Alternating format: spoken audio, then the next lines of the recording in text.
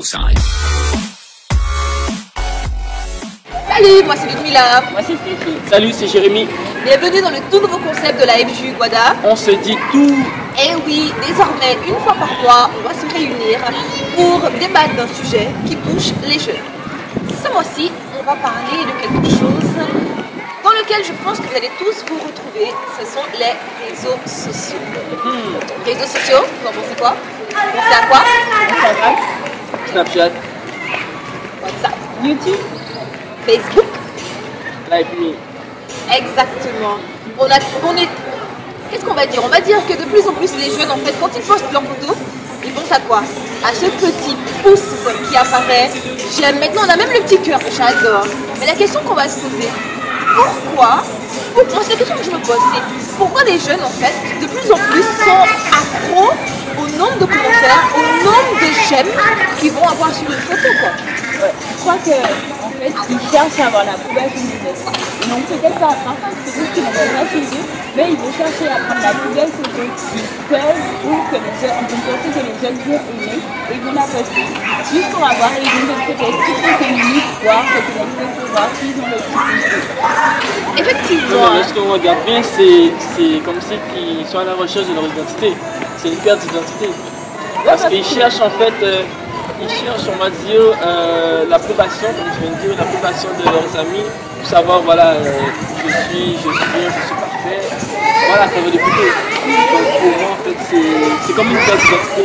Après, ça dépend de la personne, parce que la personne qui publie des choses qu'elle aime réellement, comment dire ça, qui la concerne vraiment, c'est bien. Et quand tu regardes, la plupart des choses populaires sur les réseaux sociaux, elles se ressemblent toutes. Finalement, je trouve qu'elles perdent leur identité. C'est vrai, moi je trouve qu'actuellement, on est dans une période où on veut plus faire le buzz.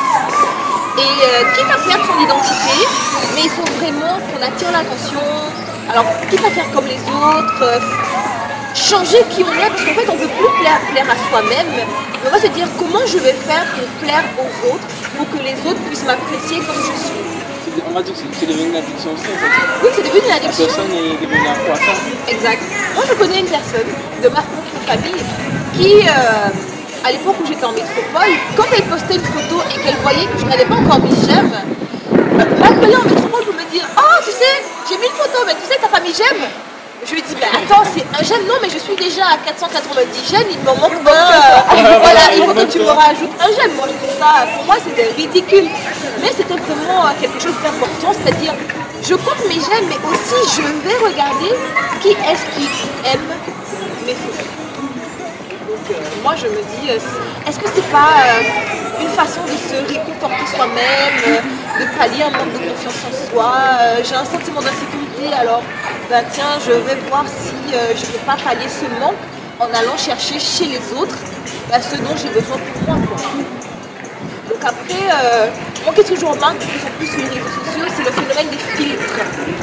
Les fameux filtres. Les fameux filtres. Qu'on utilise Je pense que vous reconnaissez un. Mais oui, ces fameux filtres sur Instagram, les fleurs, les TikTok, sur Snap, voilà. Ben, moi j'ai rien contre ces filtres en particulier, mais la question que je me pose, parce que moi, j'ai un filtre. Vas-y, on se dit tout, hein. On se Oui, dit on se dit tout. tout, j'avoue. J'ai un filtre sur mon téléphone. Et ce qui se passe, c'est que j'ai commencé à faire des photos, des filtres là qui retirent les fameuses imperfections, les boutons, les taches noires. Et quand je fais la photo, je me trouve belle. Ben, je me trouve belle. Sauf que le jour où j'ai fait ma photo, en fait, sans mon filtre, je me suis dit, ah non, jamais je vais poster ça. Sauf que c'était qui le vrai moi? C'était qui le vrai moi? Voilà, mais excuse-moi, mais en fait, c'est comme si que si tu mets une photo avec un filtre, la personne qui te voit par les réseaux sociaux, lorsqu'elle te voit vraiment, Ouais, C'est te plus la il y a une personne. différence en Elle fait. te reconnaît carrément Voilà. pas. Parce que bon, tu passes une image peut-être de perfection que tu n'es pas. Quand la personne arrive en face à face, souvent, Déception. Non, moi je me suis dit que c'est le risque qu'on a, c'est que je pense que Bah, après, on peut les utiliser, franchement, c'est bon, on l'a tous fait, on le fait tous, mais c'est à savoir pourquoi on le fait et est-ce qu'on ne se sent pas obligé de le faire pour paraître justement parfait. Est-ce que ça crée encore dans les films? on doit se poser la bonne question. Moi, je me dis que les utiliser, comme tu as dit, ce n'est pas un risque à partir du moment où on sait où est-ce que le virtuel s'arrête et où est-ce que le réel commence. À partir du moment où nous, en tant qu'êtres humains, on est à côté et on veut vivre que derrière l'écran, derrière le filtre, caché derrière une apparence, caché derrière une image. Parce qu'en fait, on ne s'assume pas tel qu'on est. C'est là que le danger, en fait, il est. C'est là où le danger il est présent à 100%. Donc, j'espère que toi qui nous regardes, que tu vas te poser la même question.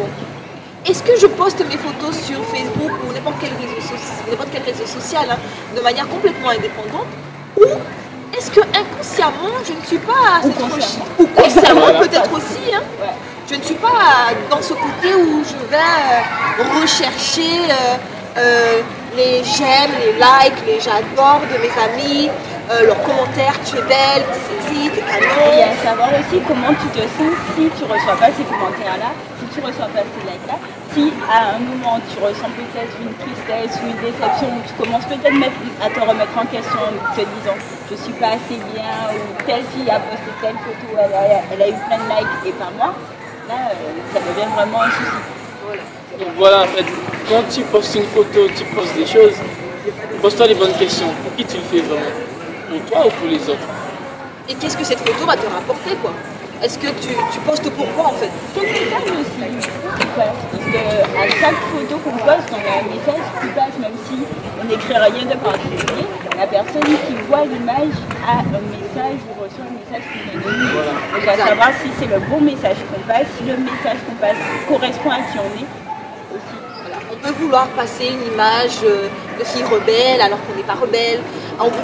Peut-être qu'on va passer une image de fille facile. Parce que tout le monde se dénude maintenant, ben tiens, je vais faire des photos un peu plus dénudées avec des poses un peu plus aguicheuses. Pour avoir plus de likes. Pour avoir plus de likes. Pour avoir plus de likes. Mais en fait, c'est pas ce qu'on est, quoi. Mais on passe une image qui est complètement irréelle. Donc, il faut vraiment qu'on trouve la limite entre le virtuel et le réel. Donc, il faut vraiment qu'on fasse attention à ça. Si ça vient d'une racine, du passé, peut-être d'un abus dans le passé ou complètement d'un sentiment d'insécurité, d'un manque de confiance en soi, il faut vraiment chercher la racine et dire non, aujourd'hui il faut que je coupe ça et il faut que j'avance parce que ça n'est pas moi. On ne peut pas passer son temps à se cacher derrière un écran. On ne peut pas passer son temps à se cacher derrière un filtre parce que le soir ou quand on est chez soi, on est face à soi-même.